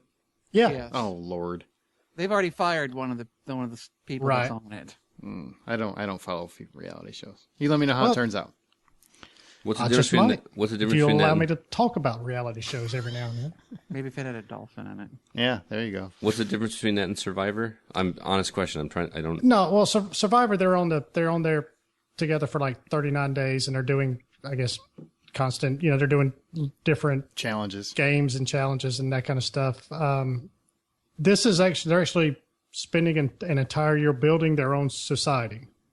They got their own rules. It's almost like Lord of the Flies type of thing. Will it be kind of a democracy? Will it just be kind of ruled by one person? Will they allow religion? Will they not? Will they, I guess, hunt animals? Will they just kind of eat vegetables? Whatever. So of course there's going to be a lot of drama and everything, but it's kind of it's weird. I mean, think about signing up for a show. Like, okay, I want to sign up for this reality show, and I've got to put my life on hold for a year. Not just a few months, but a year. That's kind of crazy. Yeah, you pay me enough, and I have no problem with it. September 7th on Fox. Now, what are your top 2 remaining returning shows? And Brian, you can just read both of them at the same time. The Walking Dead, number 1. The way that the last season ended was just absolutely phenomenal. This first episode of this season could not get here any fast enough. And also as Boardwalk Empire, it's the last season. kind of want to see. It's supposedly take place 7 years after the last season, so they're going to be tying everything up. I guess how it kind of correlates with history and that kind of stuff. So we'll see the demise of characters like Nucky Thompson and Al Capone, stuff like that. Okay. I'm excited most for Sons of Anarchy last season. It's starting September 9th on FX. I just want to see how it plays out. I really want to see everybody dies. Hey, they said that they actually said how many of the club are going to die. That's what Kurt Sutter said. I'm not going to say how many. Yeah, don't even say how many. But yeah, so I really want to see how that plays out. And also, I'm going to save the other one. I'll not mention that one. I will say Resurrection on September 28th. I just started watching that show, and it is such a nice, sweet show, but also has a heavy mythology involved. And there's a lot of supernatural or something going on, but it's a very hopeful show. I really like where it was going when it ended. It only had like an 8-episode run, so I'm really looking forward to that one coming back. September 28th on ABC. Justin? The first one is American Horror Story Freak Show. I have loved American Horror Story every season. I love that it's an anthology. I think with each season, the cast gets better, it gets stronger. And this season, it's going to continue with Jessica Lange and Kathy Bates. Angela Bassett will also continue on. Michael Chiklis is also joining the show. I think a freak show is just about the best venue for this kind of show to surround itself with on TV. It starts October 8th, and I really cannot wait to see this one. I just don't see the draw of these shows. I've watched the last 2 seasons, and I want to just stab my eyes with ice picks. Well, you fit right in with the show then. I'm with Justin. I this wasn't one of my picks, but I love the one season that I did watch. I could not stop watching it, and I haven't gone back to it, but I plan to. And can I say that creepiest intro music to any show I've ever listened to. Oh, yeah. It's disturbing imagery and sound, just like for that when they're doing the opening credits. I always keep meaning to watch, because I know I can just watch any season. That's like one of the cool things about that show, right? Yeah. I don't have to watch from the start. I can just throw in a season. Yeah, I started with like season 3, I think. Yeah, but I've just never gotten around to it. I keep meaning to. So somebody's going to have to tell me whatever the best of the 3 is so far. Is it 3 seasons? Yeah, 3 seasons. And I will watch whatever the best one is. I think last season, Coven is probably the best one they've done. The second season is so fucking weird, and they go off in these, half of it you think it's a supernatural, and then all of a sudden it looks kind of UFO-y. It's kind of all over the map. But the third season is really good, and I thought the first season was strong. Okay. The first season was strong. I agree with you about the second one. It was just it's like, oh God, this is. All right, cool. This is going a cool direction. Then it just stops. It doesn't even turn. It just moves over a couple lanes and starts in a different direction. I just can't do it. I agree with you, Justin. I think this freak show setting is a fantastic idea for this type of show. I just don't get it. The third season, look here, everybody dies, everybody gets brought back. That's like, it's frustrating because I want to like this thing so much, and I just don't get into it. And I just don't even know if I'm going to give this season a shot after the grueling task of watching the last season. So I don't know. Wow. Well, that's totally opposite opinions right there. All right. I think Jessica Lange is eternally watchable. So what's your other one? She's phenomenal. My second show is Grimm. I was going to go with Sleepy Hollow, but Grimm I have invested 3 seasons in, and I really can't wait to see where they take it this season. It starts on October 24th on NBC. It's a great show. I wish more people watched it. I don't know why they don't, but luckily it's doing well enough to keep getting new seasons. Mm-hmm. So, hey, that's great, and I look forward to it all every season. Okay, Scott? My first one's no surprise, Big Bang Theory. It's my new friends. I love it. I love everything that comes out of that show. You stole my Sons of Anarchy, so I still actually have to watch last season. So, like Brian was saying... Do you want to know how it ends? Everybody dies. I'll tell you right now. Yeah, everybody died last season. It was really bad. I already know how it ends. I couldn't believe Jax killed himself. It was awful. I already know how it ends. What, did somebody spoil it? Yeah. Oh yeah, you read an article. You did. I didn't spoil it. Nope. Anyway, so you click an article. I can't help what the internet does, man. I can't help it. Oh, we'll have to talk about it off the air. But anyway, I had a backup though for this one. And it's another comedy, but I was actually really surprised by this show.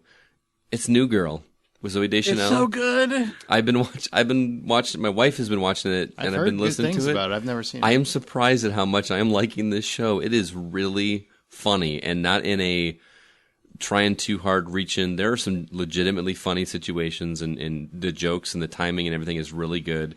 Zooey Deschanel is really cute.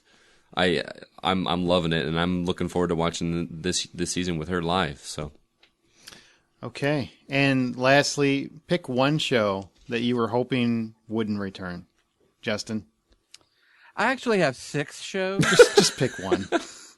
but they are all Real Housewives shows. Yes, there are currently 6. There's 6 of those. 6: Atlanta, Beverly Hills, Miami, New York, New Jersey, and Orange County. All right, you get 6 choices. It's fine. What the fuck, people?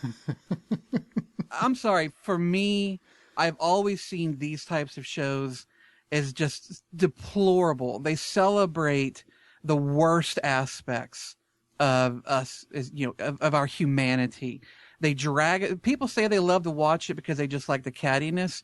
But to me, what it does is it shows young girls and young people that, hey, if you're a shitheel and you act like a complete diva who's entitled, then we're going to put you on TV. So why don't you do that? Exactly. I agree with you. And I hate when I agree with show. You. Yeah. All of them, all 6. That's like 40 people. That's right. Scott? 2.5 Men. I still don't understand. I think it is actually. It's in the last season, so you're right. Thank God, but what's it like? Is it like 12 or 13 seasons? I think. So now? I know it's about 8 too long. It's like a vampire. It just fucking needs to be staked. It does. I have tried to watch an episode of that show, and you guys know I love sitcoms. That one just feels like they're reading directly off the script. I don't think it's funny at all. Yeah. I've never found it funny. It just. I mean, some of the stuff is.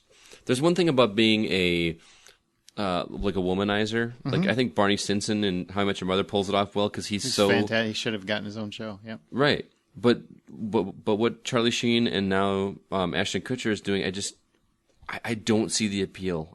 I wish I did. I'm so glad it's almost done. I mean, I'm happy for John Cryer. Always seemed like a nice guy. Yeah, and it always Maxwell feels. Hauser. Yeah, exactly. All I remember is Hiding Out, man. Hiding Out. That was a good movie. But the guy has. I mean, he's been the number 2 the entire run of the series. He still gets paid less than everybody else, but he's the only guy that stuck around. I don't understand that. It always seems like he gets the short straw. And they don't even have the half a man on the fucking thing anymore. The kid went crazy and he went and found Jeebus. And so he's not even on the show. So didn't they just call it 2 men?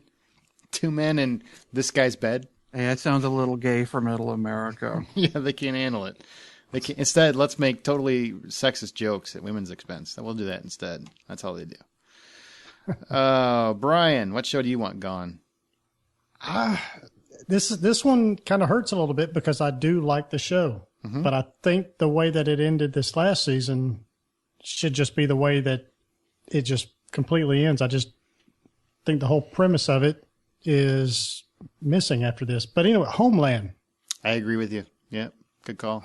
I just think that the whole premise of this show is about a military guy, veteran, who's been assumed dead for 8 years. He shows up, and the mystery is he a double agent for Al-Qaeda or is he not? And don't say how it plays out, but no, I'm not. I won't. But they've played it out for a couple of years, and the way that it's ended is a good ending. And now it just feels like, all right, you've got some actors who are popular and you just want to stretch it out. Mm-hmm. And it just feels weak. Yeah. Well, doesn't she have more drinking to do? Yeah. More drinking and more hysterical fits. Yeah. Right. And don't get me wrong, I think Claire Danes does hysterical fits better than anybody. She makes Crazy Eyes better than Crazy Eyes on Orange is the New Black. Yeah. I mean, to this point, when I see her on award shows, I'm waiting for her to freak out because she's that character for me. She's so neurotic and anxious, and she's nutty. I always remember Claire Danes being able to do the lip quiver cry better than anybody I ever saw. Yeah, well, she does crazy too. Crazy, crazy, crazy. But yeah, I agree with you, Brian. That was my runner-up. So, woohoo! Cool. Simpatico. How do you spell it? Woohoo! Family Guy. I don't know how you spell it. Family Guy is my pick. It came back. I think it's great. We got a lot more jokes. It's done. Kill it. Just kill it. There's no more to suck out of that show. I mean, it's like they're trying to make it The Simpsons and, drag it on forever. I just want one of these comedies to actually end while they're still kind of funny, as opposed to just sucking the very last drop of humor out of it. Don't Seinfeld it. Yeah, exactly. Don't Seinfeld it. All right, let's wrap this. Oh, wait, we got listeners' picks. Oh, we got a bunch of them. So we're going to go down and just ratchet through them. You got it? Ramp it up and ratchet through them. All right, and here are our listener comments, guys. Kate Eastham, Eastham, he says Gotham. David McGrath says Constantine, NCIS, New Orleans. Craig Shermerhorn says Scorpion trailer or Scorpion. Robert John Davenport says Flash. Sean McGuire says Gotham and Z Nation. David Billups Jr. says Constantine. Gotham's winning so far. Scott Kilgaro also going with Gotham. Steve Peterson also says Gotham, but he also says Flash for the CW. Tyler Seaver says Gotham. Well, and Carlos Hernandez also says Gotham, so I think we know where our listeners are heading. I think there's some Gotham action going on. And lastly, Jason Taylor says Constantine, Grace Point, and maybe Z Nation. Maybe? What is maybe Z Nation? Well, he said he thinks the whole zombie thing has really started to play out. So. It really is. It really is. But hey, this has the Lost Guy in it, so it must be fantastic. That's like that Park Avenue 666 show or whatever it was. I like that show. Look, you put anything with Terry O'Quinn is death to TV. You put him in just about anything, and that show will not last. Really? Because I'm pretty sure Lost was on for like 6 whole years. Okay. Hawaii Five-0, he was on that. Remember to like us on Facebook. Review us on iTunes. We will read your review on the show. I didn't have it prepared, so it'll be next week. It's 2 weeks in a row. I didn't have it prepared. I'm really apologetic. Those reviews we will have for next week, I promise. Let's go to, we've got one email. Justin? From Justin McCamey, we've got, hey hoes, great show, keep it up. Funny when you listen to radio or podcasts, I tend to put faces to the voice, and when you get a chance to see the real people, they are completely different. Uh-oh. So I wanted, yeah. Well, don't worry, I get shafted here. So I wanted to share really? Yeah. I think I got shafted. You guys seem to be... Well, all right, Brian. Yeah, thank you. Let's go. So I wanted to share my mental picture of your personalities using celebrities I thought you sound like. Please take no offense. Thanks. This was meant for fun and what I pictured. Aaron, he gets Jake Johnson, who's on New Girl, and he's in that movie Let's Be Cops. That's not the first time somebody said that, by the way. So apparently I sound cool and funny. Who does he play on New Girl? He's the bartender guy. Nick? No. Nick? Yes. Yeah. Nick. Yeah, he's a bartender.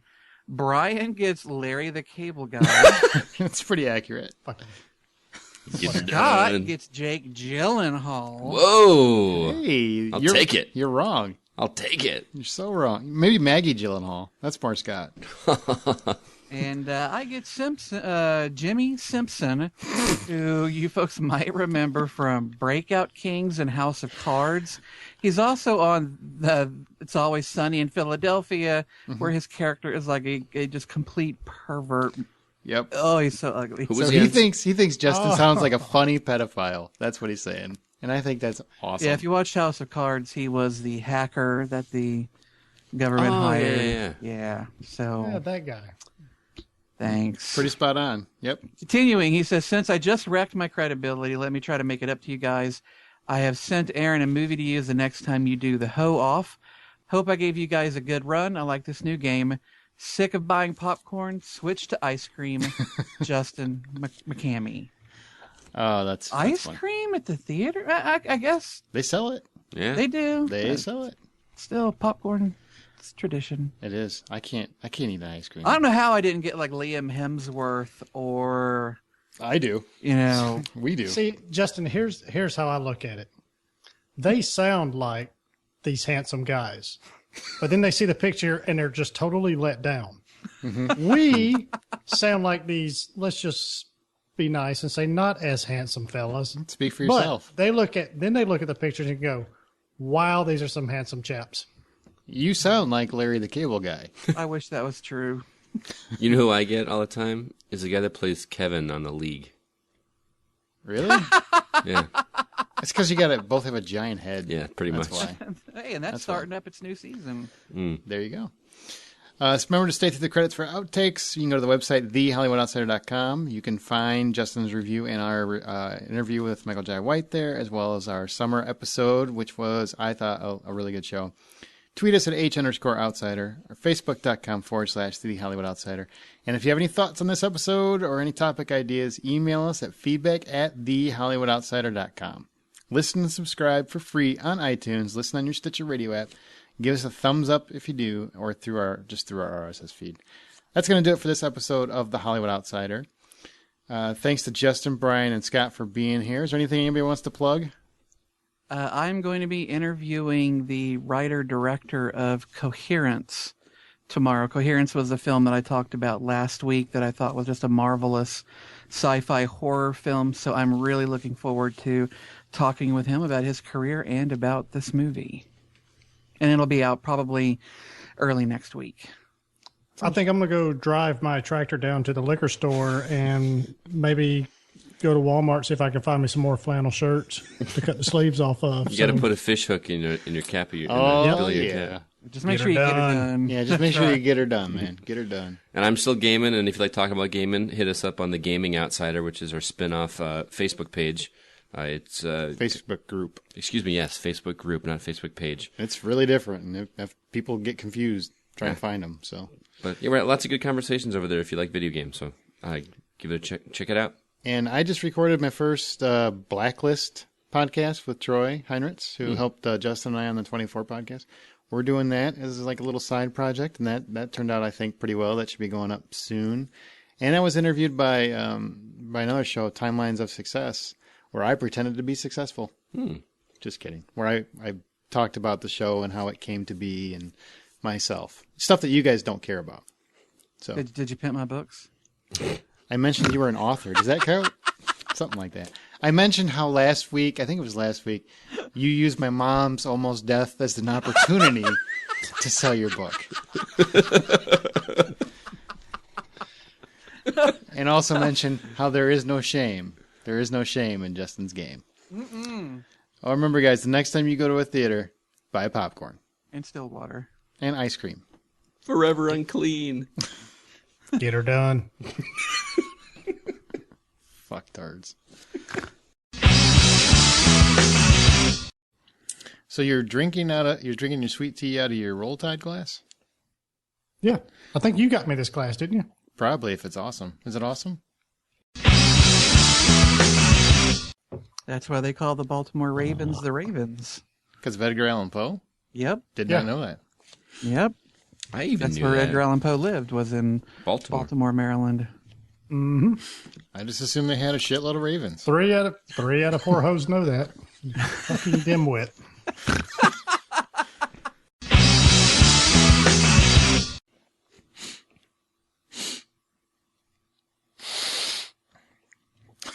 Okay, somebody did a fucking line.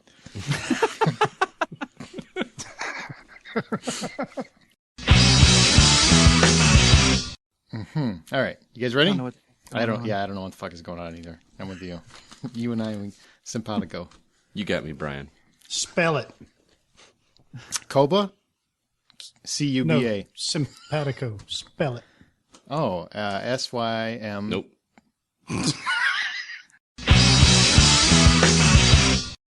Are you guys ready? That's a blast from the past right there. I haven't heard that one in a while. Fuck off. Got the worst run of of unknown jokes that just being thrown out there. That's why I always Hey guys, you ready for this podcast? I don't know. Is the peanut butter in the bathtub? What?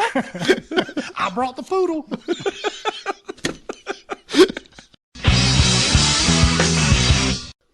Slap me some bacon. Let's get this thing started.